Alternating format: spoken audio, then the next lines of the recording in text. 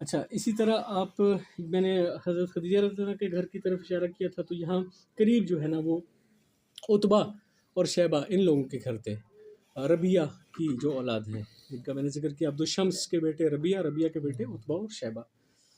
اچھا اس طرح سے اگر ہم چلے جائیں، آج بھی آپ صفا سے مروہ کی اگر صحیح کریں گے نا، تو یہاں جا کے بیچ میں ایک جگہ آتی ہے ایریا جہاں پہ گرین ٹیوب لائٹس ہیں، جہاں سے وہ گرین ٹیوب لائٹس ایک جگہ شروع ہوتی ہیں پھر آگے جا کے اینڈ ہو جاتی ہیں۔ اس دوران دوڑنے کا حکم ہے مردوں کے لیے کہ وہاں سے دوڑا کریں۔ تو بیسیکلی وہ نشیبی جگہ تھی جہاں پہ جب وہ دوڑیں لگا رہی تھیں حضرت ہاجرہ، تو اس نشیبی جگہ میں جاتے ہوئے بچے سے نگاہ اوجھل ہو جاتی تھی تو وہاں دوڑتے ہوئے گزرتی تھی وہاں سے۔ تو آج بھی اللہ رب العزت نے اس سنت کو زندہ کیا ہوا ہے۔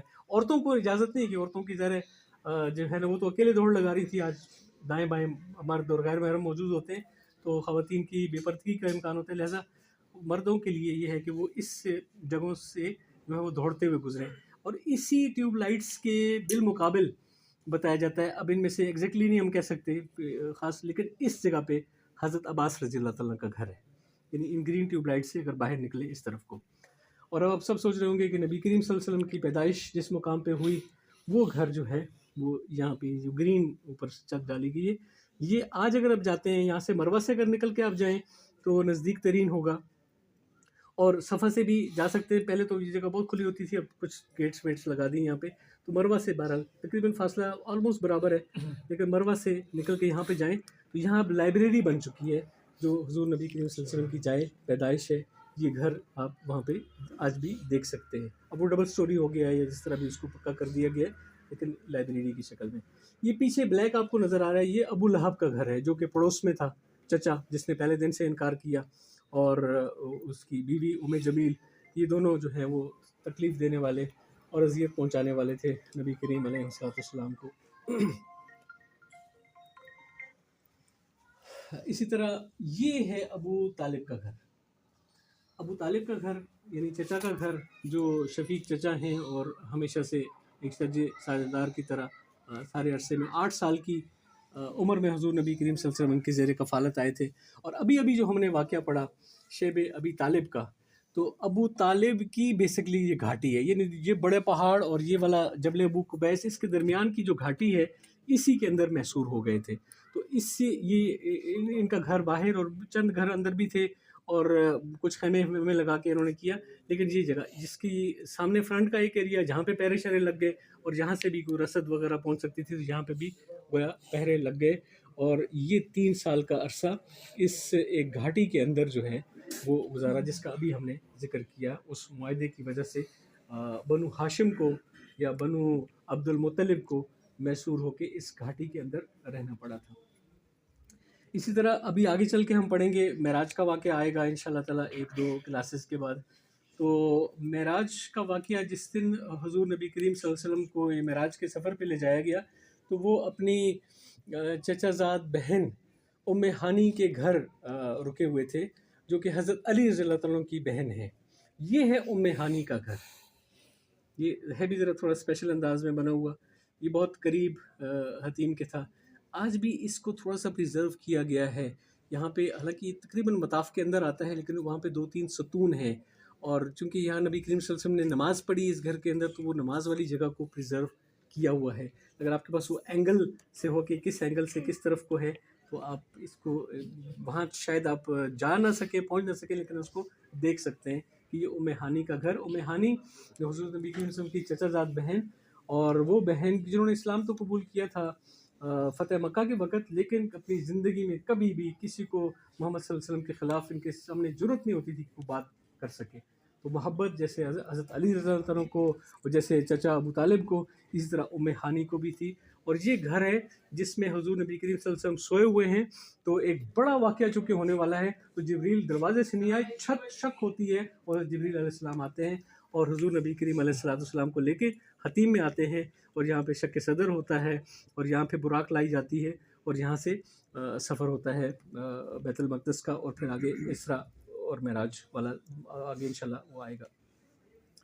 یہاں پہ اگر آپ آئیں تو اس طرف یہ جو آپ کو اسپیشل تھوڑا سا گھر نظر آ رہا ہے، یہ ہے حضرت ابو بکر صدیق رضی اللہ تعالیٰ عنہ کا گھر۔ وہ بھی بڑے تاجر تھے اور ذرا بڑا گھر ہے ان کا. اور بعد میں یہ گھر مشہور ہو گیا.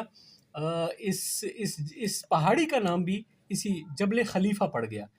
جب وہ خلیفہ بن گئے حضرت ابوبکر صدیق رضی اللہ عنہ تو لوگ اس پہاڑ کو بھی جبل خلیفہ کے نام سے یاد کرتے تھے. اور اس طرف اگر آ جائیں تو حضرت عمر فاروق رضی اللہ عنہ کا تعلق جو ہے وہ عدی قبیلے سے، قریش کا عدی قبیلہ یہ ان کا گھر ہے.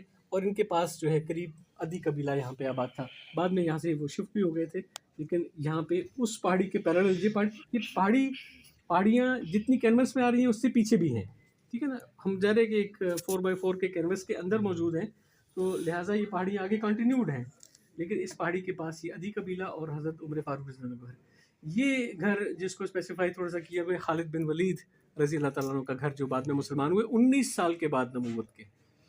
19 سال کے بعد وہ ان کی جب ٹائم آئے گا تو ان کے قبول اسلام کا واقعہ انشاءاللہ وہ ڈسکس ہوگا. اسی طرح اب آپ کو یہاں پہ یہ جو سائڈ پہ جگہ نظر آ رہی ہے یہ قبرستان ہوا کرتا تھا اس وقت، جو آج بھی جنت معلیٰ کے نام سے مشہور ہے. اور حضرت خدیجہ الکبریٰ رضی اللہ تعالیٰ عنہ یہاں مدفون ہے، اور دیگر اور صحابہ کرام کی اس زمانے میں ڈیتھ ہوتی تھی. یہ ایک مویشی منڈی ہوا کرتی جنت معلیٰ، جنت جو مکہ میں جنت البقیع مدینہ وہ کہتے ہیں نا. ٹھیک ہے، یہ جنت معلیٰ. یہ ایک شیپ مارکیٹ ہوا کرتی تھی یہاں پہ اس پہاڑی کے پاس. اور یہاں پہ میں نے جو آپ سے ذکر کیا نا کہ کچھ فرمائشی پروگرام انہوں نے کیے تھے، اس کے بعد ایک انہوں نے معجزہ جو مانگا جس کو پھر کر دیا تھا، وہ تھا شق القمر کا. کہ جی چلیں جی باقی ساری باتیں چھوڑ دیں، اس چاند کو 2 ٹکڑے کر کے دکھا دینا، ہم ایمان لے آئیں گے. تو جی چاند 14ویں کا پورا چاند جیسے نا نظر آ رہا ہے خانہ کعبہ کے اوپر، تو اس چاند کو وہ کر دیں. تو سارے ایک جگہ اکٹھے ہوئے ہیں. اگر یہ نبی کریم صلی اللہ علیہ وسلم کا گھر ہے تو یہ ابو جہل کا پیچھے ہے، تو فار ایگزامپل جہاں کہیں پہ کھڑے ہیں اور وہ پورا چاند خانہ کعبہ کے جیسے اوپر بالکل نظر آ رہا ہے، تو یہ اس طرح کا سین ہوا کہ اس کو چاند کو اگر 2 ٹکڑوں پہ کر دیں تو ہم ایمان لے آئیں گے. تو اس وقت نبی کریم صلی اللہ علیہ وسلم نے اللہ کے حکم سے اپنی انگشت مبارک سے چاند کو اشارہ کیا، تو چاند 2 ٹکڑوں میں. اور ایک ٹکڑا یہ آپ یہاں سے اگر دیکھ رہے ہیں تو چاند کا ایک ٹکڑا یہ جبل ابو قبیس کے اوپر، اور دوسرا ٹکڑا یہاں پہ جبل کیقان کی پہاڑی جو ہے، کیقان قبیلہ بھی نیچے آباد ہے، تو یہ دوسرا ٹکڑا یہاں پہ نظر آ رہا تھا. اور باہر سے آنے والے قافلوں کو بھی یہ ایسا ہی نظر آیا. انہوں نے کہا جی جادو ہو گیا ہے، جادو ہو گیا ہے، جیسے وہ اکثر کہا کرتے تھے نہ ماننے کی 100 بہانے. تو اچھا جی باہر سے کوئی قافلہ آئے گا ان سے پوچھیں گے. باہر سے جتنے لوگ انٹر ہوئے ان سے پوچھا کوئی خاص بات دیکھی. انہوں نے کہا جی چاند 2 ٹکڑے دیکھا اور بہت طویل ٹائم کے لیے دیکھا، یعنی تقریباً 2 نمازوں کا وقت ہے، جیسے آپ کہہ لیں کہ عصر سے مغرب سے عشاء کہہ لیں، تو 2 نمازوں کے بیچ میں جتنا وقت ہوتا ہے تقریباً اتنے وقت تک چاند گویا 2 ٹکڑے ہو کر الگ الگ تھا. اور پھر بعد میں پوری دنیا میں ہر ایک شخص کے لیے، جی پوری دنیا میں ہر ایک شخص کے لیے جتنے لوگ اس وقت چاند دیکھ رہے تھے، سارے جہاں پہ سورج نکلا ہے وہ تو چاند نہیں دیکھ رہے نا، پوری دنیا نہیں ہو سکتی. بعض لوگ چاند دیکھ رہے ہیں، بعض لوگ سورج دیکھ رہے ہیں اس وقت. ٹھیک ہو گیا. اچھا اس طرف اگر آ جائیں تو یہ جو ہم ذکر کرتے رہتے ہیں کہ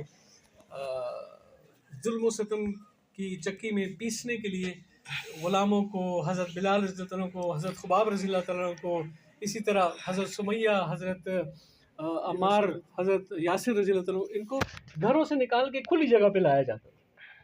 یہ اب ریت کے اوپر اگر یہ آپ چھوٹا سا پتھر کی سل دیکھ رہے ہیں تو حضرت بلال رضی اللہ تعالیٰ عنہ یاد آتے ہیں، جن کو جو ہے نا وہ لٹا دیا جاتا تھا گرم ریت کے اوپر، اور پتھر کی چٹان جیسی جو ہے نا پتھر ان کے سینے پہ رکھ دیا جاتا تھا، اور کہا جاتا تھا کہ اللہ تو عزا کی قسم کھاؤ اور نبی کریم صلی اللہ علیہ وسلم کی نعوذ باللہ توہین کرو، اور وہاں سے آہت آہت کی صدائیں بلند ہوتی تھیں. یہ آپ کو یہاں پہ کوئلے رکھے ہوئے نظر آ رہے ہوں گے، تو یہاں پہ لٹا دیا جاتا تھا حضرت خباب رضی اللہ تعالیٰ عنہ کو، جن کی کمر کو دیکھا گیا تو کمر کے اوپر کھڈے بن چکے ہوئے تھے. تو وہ فرمایا ایک دفعہ انہوں نے کسی صحابی نے ان کی کمر دیکھی کہ ایسی کمر تو کبھی دیکھی نہیں. کہا کہ کوئلوں کے اوپر لٹایا گیا، میری چربی پگھل کے اور میری کھال جیسے اس کے اندر سے ٹپک کے جب کوئلے بجھے تو میری جان چھوٹی. تو اس قسم کے تکلیف دینے والی ہو. اسی طرح بہت سے جیسے وہ درختوں کے تنے زمین میں گاڑ کے، اور یہ زنجیریں آپ کو نظر آ رہی ہیں، ان زنجیروں سے باندھ دیا جاتا تھا. تو یہ ایک اس کے طور پہ